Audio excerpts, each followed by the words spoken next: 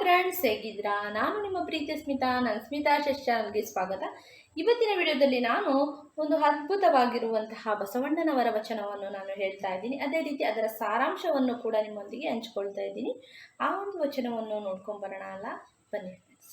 ಬಂಡವ ತುಂಬಿದ ಬಳಿಕ ಸುಂಕವ ತೆತ್ತಲ್ಲದೆ ಹೋಗದಯ್ಯ, ಕಳ್ಳನಾಣ್ಯ ಸಲುಕಿಗೆ ಸಲ್ಲದು, ಕಳ್ಳನಾಣ್ಯ ಸಲಲೀಯರಯ್ಯ, ಭಕ್ತಿ ಎಂಬ ಬಂಡಕ್ಕೆ ಜಂಗಮವೇ ಸುಂಕಿಗ ಕೂಡಲ ಸಂಗಮ ದೇವ. ಇದನ್ನು ಹೇಳಿದವರು ಬಸವಣ್ಣನವರು. ಇದು ಬಸವಣ್ಣನವರ ವಚನ. ಇಷ್ಟು ಒಂದು ಅದ್ಭುತವಾಗಿರುವಂತಹ ವಚನ ಅಂತಲೇ ಹೇಳ್ಬೋದು. ಇದರ ಸಾರಾಂಶ ಏನಂದರೆ, ಸರಕು ತುಂಬಿದ ಬಳಿಕ ಸುಂಕಿಗನಿಗೆ ತೆರಿಗೆಯನ್ನು ಕೊಟ್ಟು ಹೋಗಬೇಕು, ಇಲ್ಲದಿದ್ದರೆ ಅದು ವಂಚನೆ. ಕಳ್ಳನಾಣ್ಯವೆಂದರೆ ಕದ್ದ ಹಣ, ವಂಚಿಸಿದ ಹಣ, ಲಂಚದ ಹಣ ಅಂತ ಹಣದ ಮೇಲೆ ಪ್ರೀತಿ ಆಸೆ ಬೆಳೆಸಿಕೊಳ್ಳಬಾರದು. ಅದೇ ರೀತಿ ಬೆಳೆಸಿಕೊಂಡದ್ದೇ ಕದ್ದು ವಂಚಿಸಿ ಲಂಚ ಹೊಡೆದು ಕಳ್ಳ ದುಡ್ಡು ಮಾಡುವುದೇ ಜೀವನವಾಗುತ್ತದೆ. ಕಳ್ಳನಾಣ್ಯ ಚಲಾವಣೆಯಾಗಲು ಸುಂಕಿಗರು ಬಿಡುವುದಿಲ್ಲ, ಬಿಡಬಾರದು. ಅಂದು ಕಳ್ಳನಾಣ್ಯ ಇಂದು ಕಪ್ಪು ಹಣ, ಅದು ಸೇರಲು ಹೆಚ್ಚಾಗಲು ಚಲಾವಣೆಯಾಗಲು ಬಿಡಬಾರದು.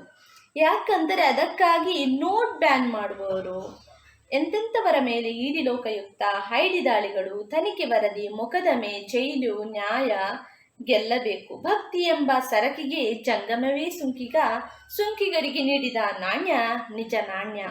ಭಕ್ತಿ, ನಿಜ ಭಕ್ತಿ ಇವುಗಳಿಂದಲೇ ವ್ಯಕ್ತಿ ಕಲ್ಯಾಣ ಮತ್ತು ಲೋಕ ಕಲ್ಯಾಣ ಎಂದಿದ್ದಾರೆ ಬಸವಣ್ಣನವರು. ಎಷ್ಟು ಅದ್ಭುತವಾಗಿರುವಂತಹ ಒಂದು ವಚನ ಅಂತಲೇ ಹೇಳ್ಬೋದು. ಬಸವಣ್ಣನವರು ಹೇಳಿರುವಂತಹ ಸಾರಾಂಶ ಕೂಡ ಅಷ್ಟೇ ಅತ್ಯದ್ಭುತವಾಗಿದೆ. ದುಡ್ಡಿನ ಆಸೆಗೆ ನಾವು ಒಳಗಾಗಿ ಎಂತೆಂತಹ ಒಂದು ನಾವು ತೊಂದರೆಗೆ ಒಳಗಾಗ್ತೀವಿ ಅನ್ನೋದು ಈ ಒಂದು ವಚನದಲ್ಲಿ ಅರ್ಥಪೂರ್ಣವಾಗಿ ಹೇಳಿದ್ದಾರೆ. ಅದನ್ನು ಬಿಟ್ಟು ನಾವು ದೇವರ ಒಂದು ಪ್ರಾರ್ಥನೆಯನ್ನು ಮಾಡಬೇಕು. ಅದಲ್ಲದೆ ಅದಕ್ಕಿಂತವಾಗಿ ನಾವು ಒಳ್ಳೆಯ ಉತ್ತಮ ಕಾರ್ಯವನ್ನು ಮಾಡಬೇಕು, ಲೋಕ ಕಲ್ಯಾಣವನ್ನು ಮಾಡಬೇಕು ಅನ್ನೋದು ಕೂಡ ಈ ಒಂದು ವಚನದ ಒಂದು ಸಾರಾಂಶವನ್ನು ಬಹಳ ಅದ್ಭುತವಾಗಿ ಹೇಳಿದ್ದಾರೆ. ಓಕೆ, ಇಲ್ಲಿಗೆ ನನ್ನ ಒಂದು ವಿಡಿಯೋನ ನಾನು ಸ್ಟಾಪ್ ಮಾಡ್ತೇನೆ ಫ್ರೆಂಡ್ಸ್. ಎಲ್ಲರಿಗೂ ಈ ವಿಡಿಯೋ ಇಷ್ಟ ಆಗಿದೆ, ತಿಳ್ಕೊಂಡು ಇಷ್ಟ ಆಗಿದೆ, ಏನು ಮಾಡಬೇಕು ಅಂತ ಗೊತ್ತಲ್ಲ, ಲೈಕ್ ಮಾಡಿ, ಶೇರ್ ಮಾಡಿ, ಸಬ್ಸ್ಕ್ರೈಬ್ ಮಾಡಿ. ಎಲ್ಲರಿಗೂ ನನ್ನ ಪ್ರೀತಿಯ ಧನ್ಯವಾದಗಳು.